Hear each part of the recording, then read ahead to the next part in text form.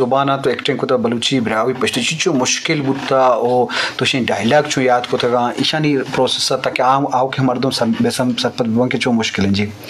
जी जाहिर साहब, ऐसे कि जब मैंने ड्रामा की फील्ड को ज्वाइन किया तो ऐसा नहीं था कि मतलब मुझे था कि मुझे बलूची भी करना है, ब्रावी भी, पश्तो भी था, तो ये कि उर्दू ज़ुबान में ही काम करना है।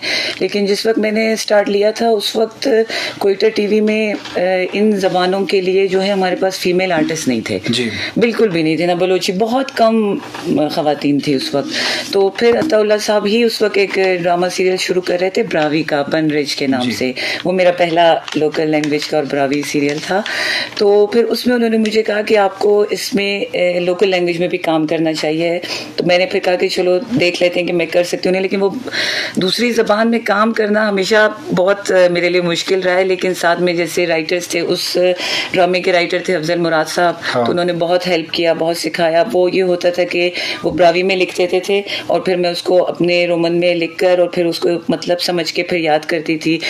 फिर जो मैंने सम्मो बेली ड्रामा किया था वो मेरे लिए बहुत मुश्किल रहा था, क्योंकि उसका बलोची तो बिल्कुल सुना हुआ भी नहीं था ना। वो मरी और बुकटी बलोची थी और आसिफ साहब ने बहुत सख्त लिखा हुआ था उसको, और कोई जरा सी भी गुंजाइश नहीं थी कि आप कोई गलती कर सके।